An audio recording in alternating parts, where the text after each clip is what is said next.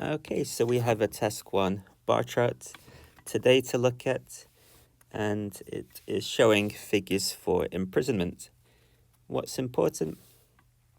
We've got numbers in thousands. We've got data presented not for every year, but every decade. So we say there are 10-year time intervals. What obvious trends are there? Well, of the 5 countries, an obvious one to me is that the figures for 2 of them are consistently the highest. The USA and Canada, the 2 North American companies. Even if it's joint with New Zealand here, still the highest, the joint highest. So consistently the 2 highest. What else is important? They're usually fairly similar, with the exception of the final year, when the figure for the United States is considerably higher than the one for Canada. Canada being the other North American country. They're both in the continent of North America. The other ones, we call these Commonwealth countries. It means they had the Queen as a kind of figurehead. Okay, so we're going to look at a student of mine's answer, which received a score of 4. Then we're going to talk about why it got that score by looking at the public version of the band descriptors for Task 1 writing provided by the British Council. So let's take a look. The table indicates information about imprisonment in Great Britain, Australia, New Zealand, the United States and Canada from 1930 to 1980. Overall, it's clear that the number of Great Britain, Australia and New Zealand showed an upward trend, while that of the United States and Canada showed a downward trend during the given period. As to the detail, at the beginning of the period, the amount of captivity of Great Britain was lowest, with the number recorded at about 30, while Canada showed the highest ratio at 120, and the United States, New Zealand followed the next to 100, and Australia, that should be approximately 70. In 1940, the figure of Australia and New Zealand dropped significantly to about 50 and 55 respectively, before increasing approximately 80 in 1970, while the United States and Canada fell steadily and hit the bottom. In 1980, Great Britain and the United States reached a peak in the amount to about each 80 and 140, while others rose minimally.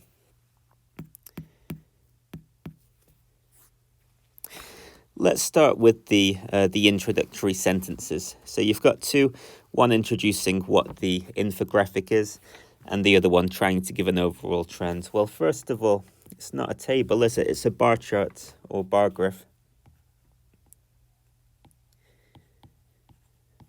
I'm not sure indicates is the best word either. Indicates being more like suggests something rather than simply shows or displays. Information about imprisonment, it's a bit general. It's the number of new imprisonments annually, but it's okay. It's general, but it makes sense, so no problem. So not too many issues with the first sentence, apart from the fact that it's not a table. That's obviously a pretty big misunderstanding. As for the overall discussion of the trends, you definitely need one. I like the way it's introduced, saying things like overall it's clear that, overall it is evident that, overall it can be seen that, overall it can be observed that. However, there are a couple of issues. The main one being that it's simply not true. It says the numbers for Great Britain, Australia and New Zealand went up, while those for the United States and Canada kind of went down overall. As we talked about, the one for the USA is significantly higher, at the end doesn't really seem to go down. Likewise, this is the one for Australia. I don't know if you can really say that went up and there's any kind of upward trend if you're looking at the big picture. There are also kind of phrasing issues with the words used, I suppose. It would actually be the number for Great Britain, like the number given for. Number of would be more like the number of prisoners in Great Britain, but we don't have that. Likewise, it wouldn't really be that of. It would be those for, those given for, or those in those countries. Using that as a kind of shorthand, kind of pronoun, it can be good for one thing, but here there are two things. So here I would have to rewrite the whole sentence because it's not true. I don't like to for these videos. I like to just make the students' or the candidates' essay as good as it can be with corrections using their ideas, but we have to say things which are true. So suggested improvement would be: overall, it's clear that the numbers of new prisoners in the two North American countries were continually, so again and again, continually the highest during the given period. It's also noteworthy that Great Britain was the only country where the figure did not fluctuate, with this country seeing a steady rise.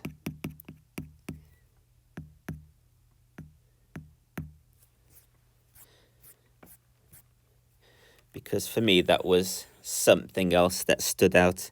The figure for Great Britain continually went up, so that by the end, for the first time, it wasn't the lowest, which it had been previously. So now I'm going to move on to the detail paragraph for the candidate. As to the detail, well, maybe the wording could be better, but it still makes sense, so I'll leave that. At the beginning of the period, well, we only have data given for single years separated by 10-year periods, so maybe just in the first year would be better than at the beginning of the period, if I want to be picky and get it a bit more accurate. So in the first year,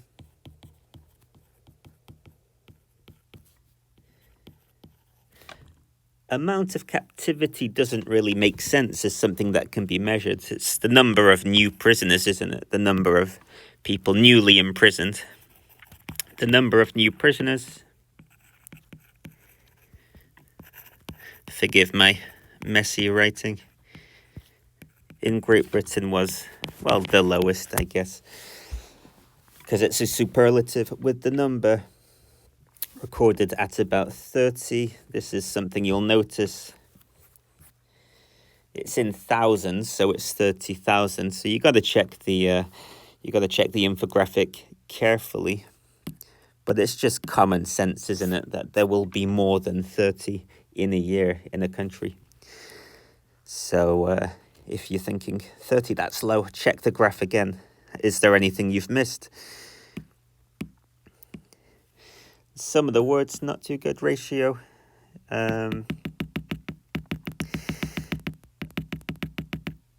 We can kind of go through this and point out things, but I'd like to not be too negative, so I'm going to find something good about it. I think the best part in terms of the language is here. Making long, complex sentences with some variety. Drop significantly verb, adverb, using respectively to organize the information clearly. So Australia, New Zealand, 1, 2, and 50, 55 respectively means in that order. Then using before and ing to kind of keep the sentence going. But I have to be honest, it's not a high quality essay overall, so I'll just speak about it a bit more generally. So first of all, when you read it, you kind of notice all these spelling mistakes, which might be careless, it might be because the student or the candidate was running out of time, which happens sometimes, especially if they do task 2 first, like a lot do, because task 2 is worth more marks. But just looking at it briefly, I can see these spelling mistakes, some of which don't really make sense, because when it's the countries, it kind of shows you the correct spelling with the data. So it's just a bit careless, basically. Other issues are with the word choice. For example, if you say reach the peak, well, a peak is the top of a mountain. So when you look at something like a line graph, it's usually when the line goes up, gets to a maximum point, and then goes down. But here it's not really like that, because we're talking about the last year. We're talking about 1980 being the final year. So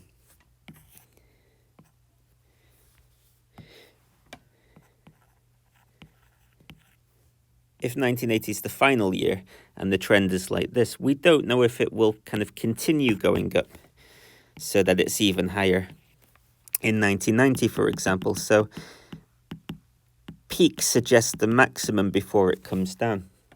So it might be better to say something like ended at a high point for the period. Okay, so now some other issues with the word choice. Let me delete this because I don't want it to be too messy. It's not really amount, is it? Amount is for uncountable nouns. It's number of prisoners. Prisoners are people. People are countable. We say one new prisoner, one person being imprisoned, one new imprisonment. Amount is for uncountable things. Ratio has a very specific meaning. You can't just use words if you don't understand them. Like, for example, if I make something, some kind of food with a ratio of milk to water that's 1 to 2, it means it will be 1 cup of milk for 2 cups of water, which is 3 cups in total. So if I have 3 cups of milk, I have to have, I have to have 6 cups of water. So it's not showing ratios. Ratios is for specific things, like recipes. You know, like I just gave you recipes for making food. Ratio is a kind of proportion. Other ones include percentage, but there's no proportion being shown. It's number. So again, candidate has just kind of misunderstood. And lastly, we can talk a bit about the kind of, I suppose, again, the accuracy of the statements, not grammatical accuracy, but just whether they are true or not, the factual accuracy. It says while others rose minimally at the end, for example. It means others apart from Great Britain and the United States over the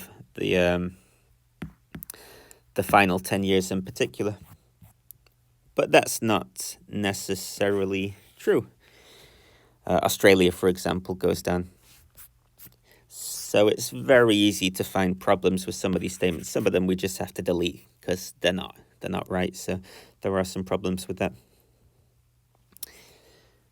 I guess I should say amount of captivity is not really quantifiable. I haven't mentioned that yet. Again, it's number of imprisonments. I understand that the candidates want to change the words, but you have to change the words in a way that doesn't change the meaning. Amount of captivity doesn't really make sense. We can say something like number of new prisoners per year or something like that. Or we can say number of imprisonments or imprisonment figure or something like that. Lastly, we'll talk about grammar. There are some issues with grammar. I'll just show you a few. I'm sure you found others. For example, preposition issues. I like this part generally, but there's a word missing before increasing to approximately 80,000 in 1970. Why is that important? Well, if it were increasing by, the meaning would be completely different. So the preposition kind of influences the meaning. There are some issues with the kind of cohesion and making kind of long, understandable sentences where everything connects together. So Canada showed, again, it's hard to understand. It's just going to be had the highest number, had the highest figure.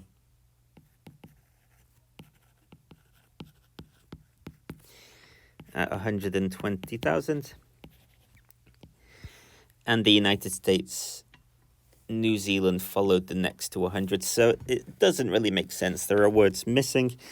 Let's say the United States and New Zealand jointly followed. Jointly means together. Jointly followed with 100,000 prisoners in each case, or a piece, which means for both. While Australia had, sorry, it's getting a bit messy here, while Australia had approximately 70. Other things, we don't say the figure of, we say the figure for. We kind of said earlier, it's like the figure representing, the figure given for. Okay, so let's delete this.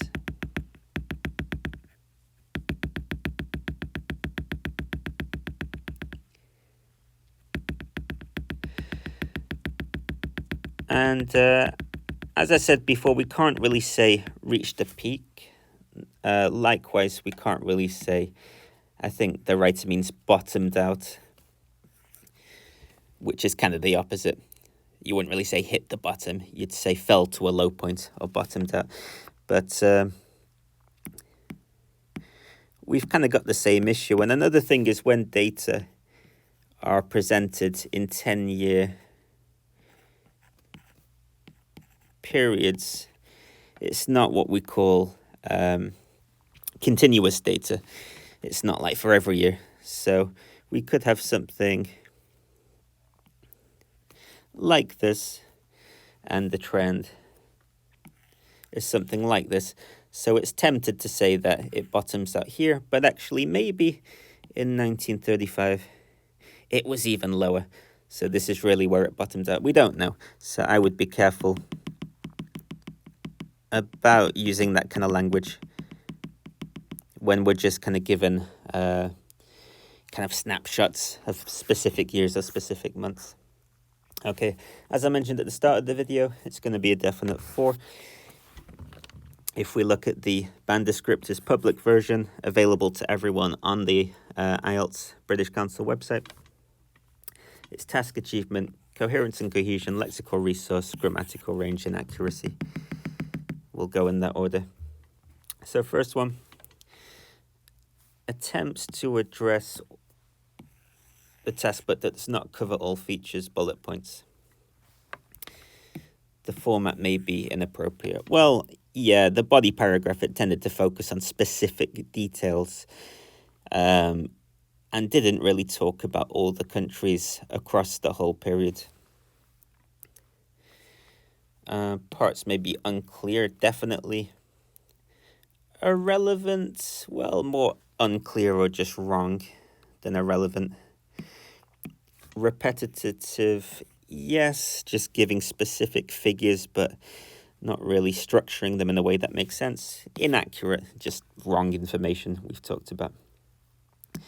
So 4, not a high score, but, you know, it's certainly higher than 3, fails to address a task which may have been completely misunderstood. I wouldn't go that far. Also, definitely not 5. It doesn't generally address the task, so it's a definite 4. Next one. Presents information and ideas, yes, but not arranged coherently, yes. No clear progression. Actually, the candidate kind of tries to go in time order for the detailed paragraph rather than talking about individual countries and how the figures change over time. And I would suggest not doing that. We'll talk about that more later. Again, you can look at 5 and 3 to see why it's not those. But I don't want this video to be too long. So we will just move on to the next one, which is lexical resource, like word choice basically.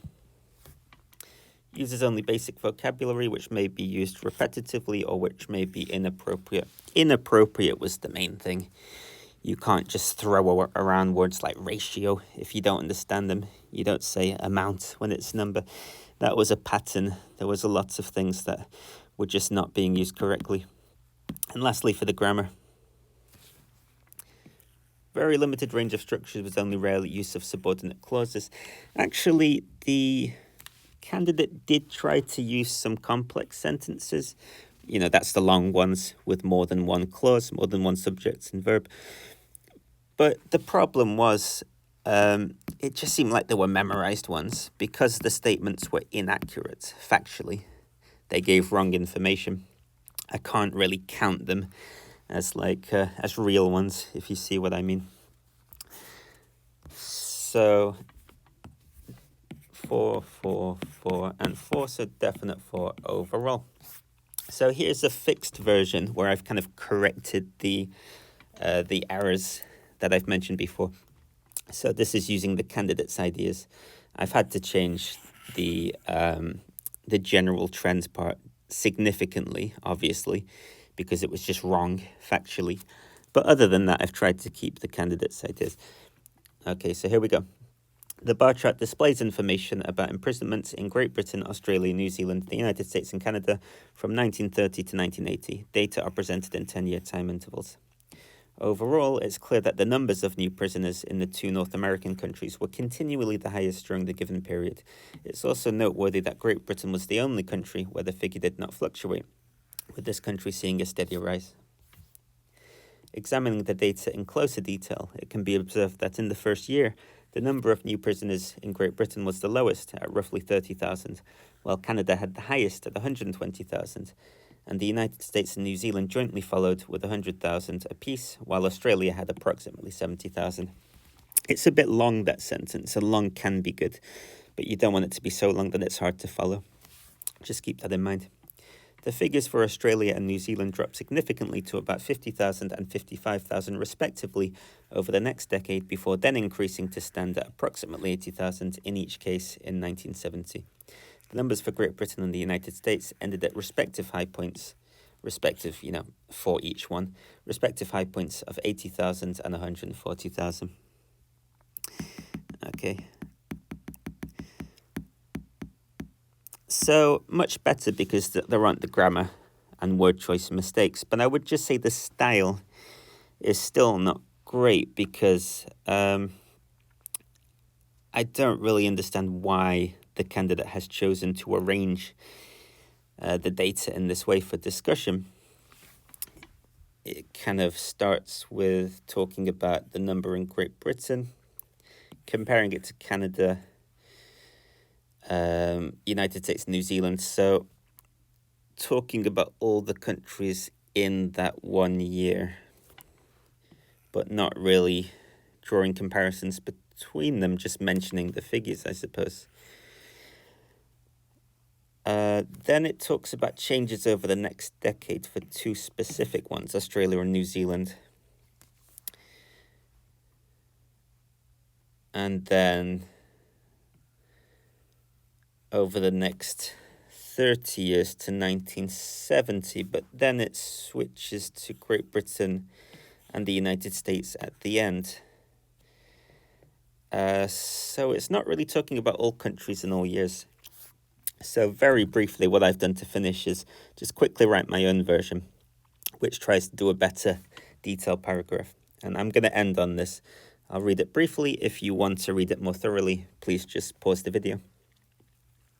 The bar chart provides numerical data on imprisonment between 1930 and 1980 in 5 countries, specifically Great Britain, Australia, New Zealand, the United States, and Canada. Data are presented as total annual numbers of imprisonments nationwide, with figures being presented in 10-year time intervals.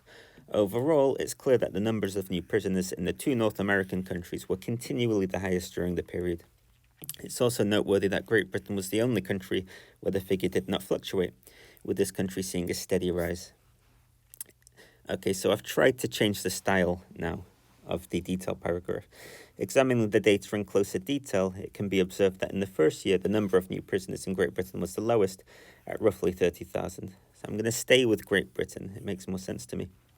However, even though the figure remained the smallest for most of the period, by the final year it had more than doubled to 80,000 and overtaking the corresponding number for Australia. Okay, now I'm going to make some kind of comparison with other countries. By contrast, the numbers in the USA and Canada never fell below 80,000 and in fact stood at over 100,000 in both countries in each of the first 4 years for which data are presented. Because data isn't presented for every year, as I said. Data aren't presented for every year. Data is a plural, actually. Irregular plural countable noun. So data are presented for specific years separated by 10-year periods. The figures were generally somewhat similar for the 2 countries, that's the USA and Canada, with the exception of the final year, when imprisonments in the USA at 140,000 significantly outnumbered those in Canada. Lastly, the numbers consistently ranged between 50,000 and 80,000 in Australia and New Zealand, with the exceptions of the first and final years when the number in the latter country, that's New Zealand, exceeded this. Of course, I would like to say more about Australia and New Zealand, but with your limited time, you have to make some general statements sometimes so that you can, not go much over the 150 words. I think mine's about 200 words, and you can do it within 20 minutes. Okay, that's all from me. Thank you for watching.